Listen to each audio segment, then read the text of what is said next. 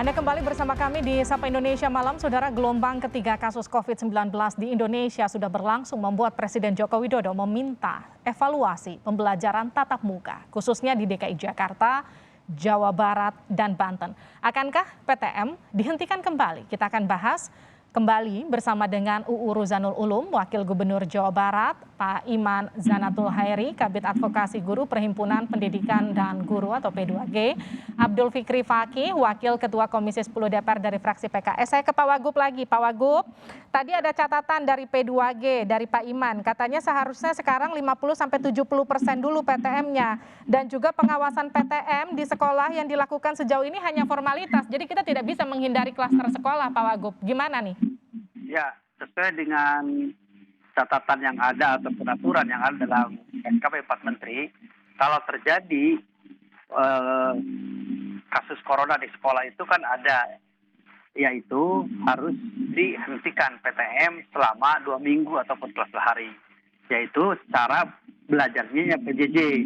Maka Pemprov Jawa Barat sudah menyampaikan kepada para KCD dan kepala dinas untuk melaksanakan PJJ bagi sekolah yang seperti itu. Dan juga perlu kami sampaikan bahwa bukan hanya di sekolah yang sekarang akan digiatkan kembali, diaktifkan kembali, termasuk di kawasan industri.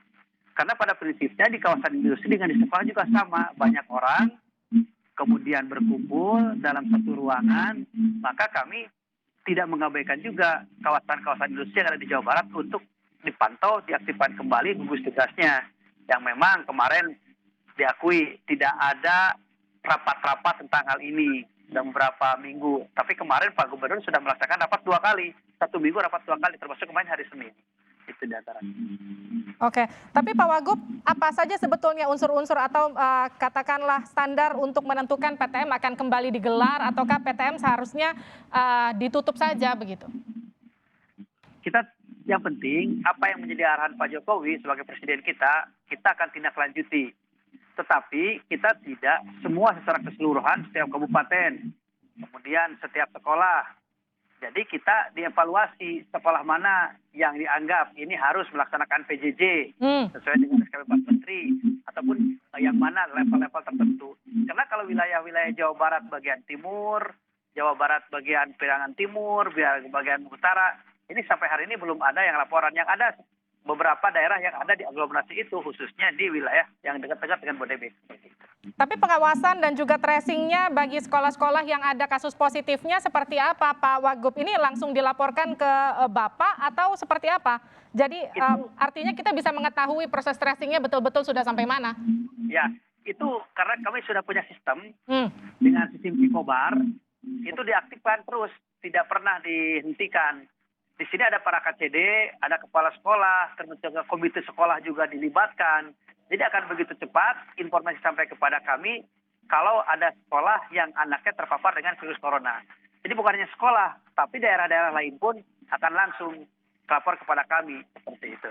Baik, saya ke Pak Fikri lagi. Pak Fikri, tadi Anda katakan Komisi 10 punya panja PJJ, fungsinya sejauh ini seperti apa? Efektif nggak nih panjanya? Panjanya sudah selesai, Mbak. Jadi sudah memberikan rekomendasi PJJ itu pembelajaran jarak jauh atau PDR, belajar dari rumah.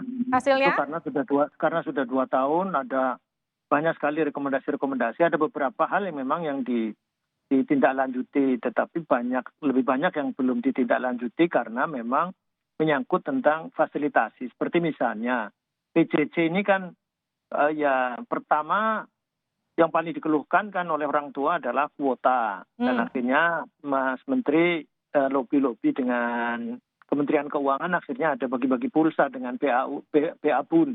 Tidak dari anggaran Kemendikbud. Anggaran Kemendikbud yang kemarin 80 triliun, sekarang apalagi 70 triliun, itu tidak cukup untuk itu. Tetapi Kementerian Keuangan memberikan fasilitasi.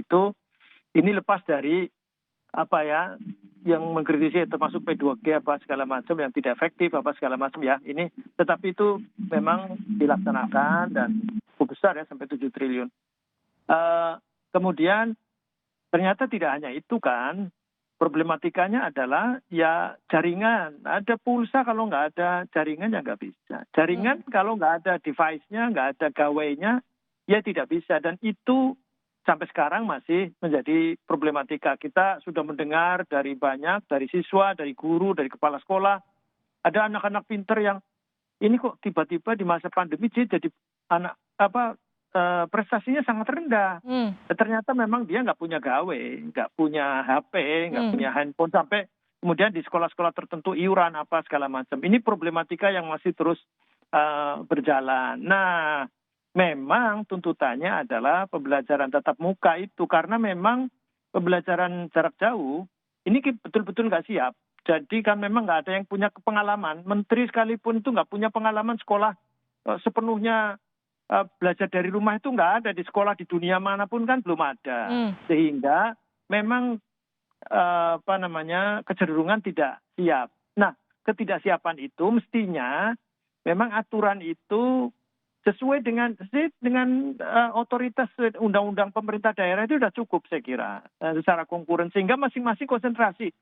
Pemerintah pusat konsentrasi di perguruan tinggi, pemerintah provinsi konsentrasi di SMA, SMK dan pendidikan khusus dan layanan khusus, SMP, SD, TK, PAUD itu di kabupaten kota. Itu semuanya termasuk fasilitasi dan seterusnya. Sampai sekarang ini kan mereka juga tidak siap misalnya. Jadi pembelajaran jarak jauh atau belajar dari rumah, ini setelah kasus COVID ini, kita nggak bisa menghindari ke depan, makanya mestinya harus disiapkan infrastrukturnya, sarana prasarananya. Banyak sekolah-sekolah yang nggak punya, kamera juga nggak punya, ini nggak punya.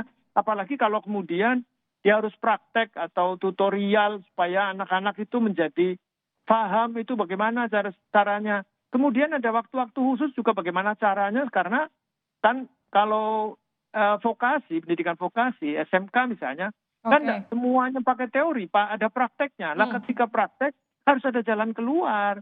Ini yang terus-menerus diserahkan kepada otoritas, jangan semuanya diambil alih oleh pusat, semua dengan SKB 4 menteri, SKB sekian menteri. Ini tidak efektif, faktanya nggak efektif, baru di launching, kemudian langsung PPKM, baru di launching, kemudian seperti sekarang ini dan seterusnya. Oleh karenanya kelenturan regulasi sekarang ini dibutuhkan, bukan berarti membiarkan sepenuhnya diserahkan kepada mereka, tidak dipantau, dan menurut saya pendekatan sanksi ini kurang relevan sekarang ini, tapi pendekatan fasilitasi menurut saya. Pendekatan fasilitasi yang harusnya sekarang dilakukan oleh pemerintah.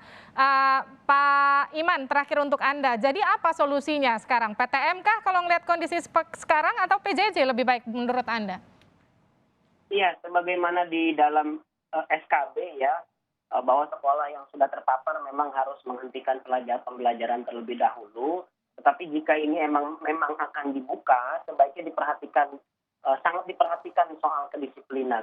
Karena juga virus ini yang disebut dengan klaster sekolah ini belum tentu hanya terjadi di sekolah.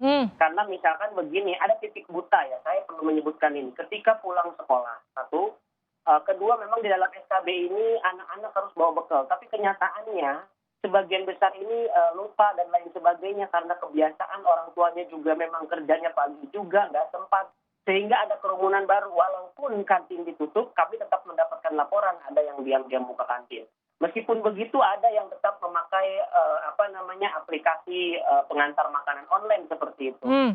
Setelah pulang sekolah ini, saya mumpung ada Pak Uni di Jawa Barat misalkan, ini anak yang nongkrong sepulang sekolah, ini harus diperhatikan sekali. Karena saya bisa mengatakan 0% ya pengawasan. Padahal Pemda itu kan bisa berkoordinasi dengan kepolisian, Satpol PP, dan Dishub untuk memastikan mereka langsung pulang ke rumah. Berarti kan ditambah juga dengan intensifikasi antara orang tua dengan sekolah supaya anak ini langsung pulang. Jadi ini nggak bisa diserahkan kepada Satgas di sekolah saja. Di luar sekolah ini juga, karena anak ini kan bagian dari masyarakat. Saya kira yang penting kita bisa tetap belajar, kita tetap bisa selamat. Apapun jalannya, ayo kita cari jalan. Oke, ayo kita cari jalan keluarnya. Karena kalau kita bicara soal PTM, tidak cuma bicara soal bagaimana pendidikan itu terjadi di sekolah, tapi juga memastikan tidak ada kerumunan ketika break time di sekolah, ataupun ketika ketika awal masuk sekolah dan pulang sekolah, memastikan anak itu sampai ke rumah tidak ada pertemuan, tidak ada kerumunan, itu yang juga jadi PR kita bersama. Terima kasih telah bergabung bersama kami Pak Iman Zanatul Hairi, Kabid Advokasi Guru Perhimpunan Pendidikan dan Guru P2G. Terima kasih juga Pak Abdul Fikri Fakih, Wakil Ketua Komisi 10 dari PKS. Terima kasih juga Pak UU Ruzanul Ulum, Wakil Gubernur Jawa Barat. Sehat-sehat semua narasumber saya pada malam hari ini. Terima kasih atas waktunya.